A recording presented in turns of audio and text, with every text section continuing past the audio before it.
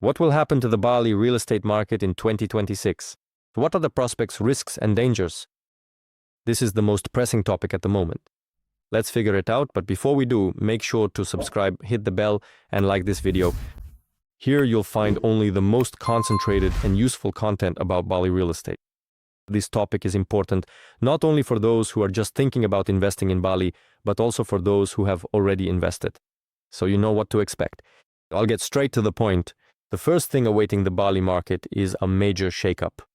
A fairly large number of developers started building with their own money, but underestimated the complexity of selling in this market, the challenges of marketing, the difficulty of the concept, and how to choose and properly structure these things. These developers are building with their own funds, put up the structures, ran out of money, and have no sales. This is the most common story. Of course, a developer is building a project worth $7 million, having only 2 or even 1.5, hoping for sales, hoping for a financial partner, and so on. There are developers who don't have full financing for construction. At the same time, they were counting on sales, but they didn't turn to professionals like True Real Estate. Yes, we provide consulting services for packaging and bringing real estate projects to market. We have 4 excellent cases, 4 flawless, extremely successful projects.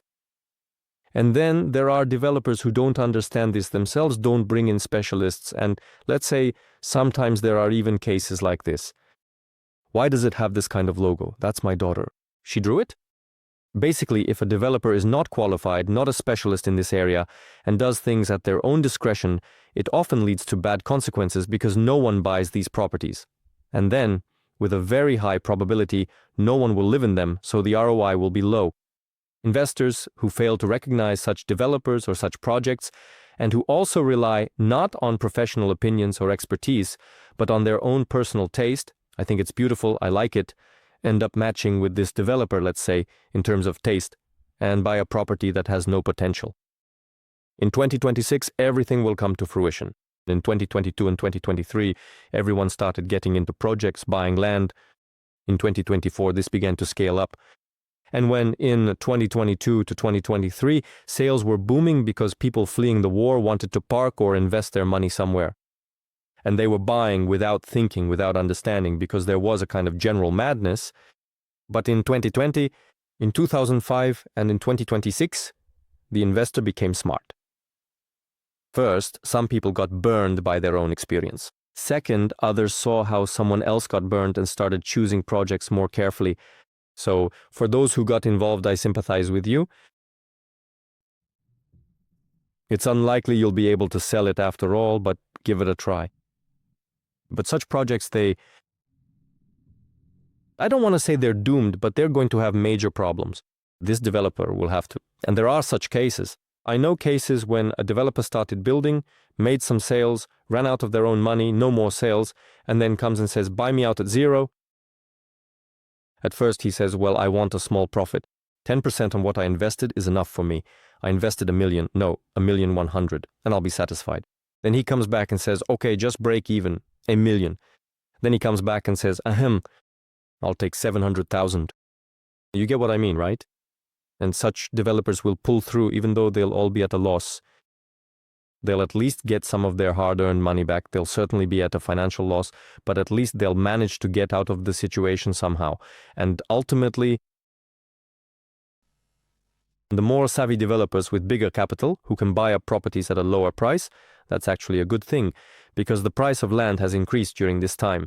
And of course, if you buy at the valuation from 2 years ago, you're automatically winning already. Plus, if you have money, if you have the right qualifications, or if you turn to companies like ours so that specialists can package your product, create a concept, bring it to market and sell it, of course, that's going to be profitable for you. So such developers will be falling and will have problems. That doesn't necessarily mean bankruptcy. I think very few will actually go bankrupt. They will still find ways for someone to buy them out. Secondly, strict regulation came to the Bali market in 2025, and in 2026 it will become even stricter. This is actually very good because our people came here, and not just ours, and they just started doing whatever they wanted. They were building without any rules, in the wrong locations, on land with the wrong zoning, without permits, without any official documentation, violating all the regulations, and so on. 3 years ago, there was a lot of leniency here. No one was strictly controlling things, and everyone worked on trust. Some people saw that as weakness, as an opportunity to be brazen, and for that, of course, the government punished them. And that's a very good thing because the market is being cleared of those who operate illegally, who violate the rules, who don't comply with regulations, and so on. Third, these are financial pyramids or developers who show signs of being financial pyramids. In fact, anyone who has 2 or more projects already shows signs of being a financial pyramid. This is when you use the proceeds from one sale to cover another, and then with new sales from these investors, you fund the construction of the previous project. Basically, you're just moving money from one pocket to another. But there are different degrees of financial pyramids, and in fact, it's not that scary. In reality, when there is full financing for a single project, the developer sells at a normal price, has funding, already has a margin, profit, and, in fact, yes, from this project launches a second one. But there, in order to get it started faster, he takes some funds from the first. He takes a little money from here to there, then as sales start here, he returns it. So in fact, this model can make sense with some competent financial management. But if this model is used in another way, I've analyzed it in detail. Yes, when you sell one project at a loss, then you use the second to finance the first. Then you scale up quickly, your administrative expenses grow, you gain momentum, marketing, you're spending hundreds of thousands of dollars a month and millions a year. If you're still selling at a fairly low price, then with the third project you already have to finance the second and the first, with the fourth, the third and the second, and with the fifth you're already covering the fourth. You can't even finance it anymore, you're running out of money. This is a very skewed financial pyramid model. In general, all these models will collapse because the market will stabilize. As I mentioned in the first section, people are actually getting smarter, investors are getting smarter. They're not rushing in as quickly anymore. They check everything very thoroughly and carefully. And in fact, if the market stops for just half a year, COVID war, the end of the war, God willing, some events, Taiwan, some global events might happen. If things are shaken up for half a year and sales stop, financial pyramids will collapse because they won't have the cash flow to finance their whole party, the previous one. Developers who are just moving money from one pocket to another but have funding for the first or second project, everything will be fine for them. They'll just finish building and that's it. Fourth, what should be expected if there is a financial crisis, and it's being predicted for 2027, of course, unless there are black swans, force majeure, or some other catastrophic events. If suddenly it happens in 2026, you clearly understand what will happen. Many investors won't be able to pay their installments, and these properties will be taken back. Obviously, there is a compensation mechanism, and yes, contract termination, but developers who rely solely on installment payments and don't have their own financing are at risk. That's why, when we talk to developers, we only start working with those who have their own funds. So, if something happens, they can sell something or not, but at least they can use their own financial resources and invest them in the project. And even in some projects, especially, for example, Nex, Royal Oasis, Black Edition, the second hotel in the chain, there's even a clause stating that if there are problems with sales, with installment payments or anything else, the developer is obligated to complete construction with their own money. That's quite important. Have you ever heard of or seen such a clause in contracts, not just in Bali, but anywhere in the world? If market economic factors result in a lack of investor funding, then I will complete the construction with my own money.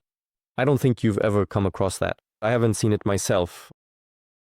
Next. These are scammers. In reality, from what I see and know, there aren't that many scammers on the Bali market. There are a lot of foolish developers who simply made mistakes, miscalculated, were thinking about Scotch and so on. So there are quite a few problematic projects. Well, let's say there are dozens of them, yes. But as for outright scammers, there aren't that many. I know of only 4 cases in the entire market in Bali, even though I'm quite deeply involved in the market and talk to a lot of people. And as you can imagine, all sorts of rumors, information, and tips from across the market just come to me. So I process a huge amount of information myself.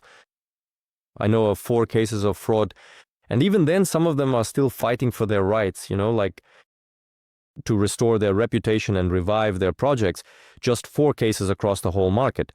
But in 2026, 99% of the remaining scammers will surface because all the projects that started in 2022 to 2023 are mostly finished by now. But those that began in 2024 to 2025, in 2026, all these problems, all these fraudulent schemes will come to light. It feels like there won't be that many of them. But fifth, there will be many foolish developers who simply miscalculated, didn't consider, underestimated things like, yeah, we'll sort it out, yeah, taxes, we'll optimize somehow, yeah, we'll figure something out. In other words, these are the developers who thought they could get by thanks to the lack of regulation, relying on some youthful carelessness. They all will have major problems. In 2026, all these problems will come to light. What does this mean for your carefully chosen developers, your carefully chosen projects? For you, this will be a huge boost. Why? Because problematic projects will get even more bogged down, dragged further down. They won't be put into operation, they won't be sold, and attention will shift from these projects to quality projects. Previously, the audience's attention was scattered from them to all the projects on the market. Accordingly, 2026 will act like a lens focusing on reliable, high-quality developers and profitable projects. This is good for you because when you listen to True Real Estate, look at the results of our analytics, our calculations, our audits, and choose the projects we highlight, you are making the right choice from the start. We are not the Lord, God. We can't guarantee anything, of course. Everyone understands that perfectly well. But the chances that this project will be successful increase significantly. When you get involved in such projects, when the tide goes out, it's immediately clear who did what and who was swimming in what kind of trunks. Accordingly, the projects that endure, that are high quality, that are reliable, that have passed all our checks on every parameter, those will be in high demand. Because all the attention will shift from the problematic projects and focus on these ones. That's why developers hold on to us, to our company, because if they've already passed our vetting process, believe me, it's very tough. Yes, and this is already being confirmed by many developers on Instagram and elsewhere. They talk about us. Yes, that if you've passed our vetting, that's worth a lot. We can even issue some kind of quality mark, a mark of reliability. The audit takes from 3 to 6 months and it's extremely rigorous. We check everything, including the owner. Very few people do this, and even fewer know that sometimes the company or the land is registered not to the developer, but to their financial partner, for example. Let's not get sidetracked from the main point. In 2026, the real situation on the market and the real state of affairs will become clear. For most developers, for most projects, stay tuned, it's going to be interesting. Several developers are bringing us in to evaluate such properties. I think there will be quite a lot of them. There are many wealthy developers and investors with significant capital. And believe me, good projects that are truly in a good location, with proper documentation, on decent land, all these projects will be bought up.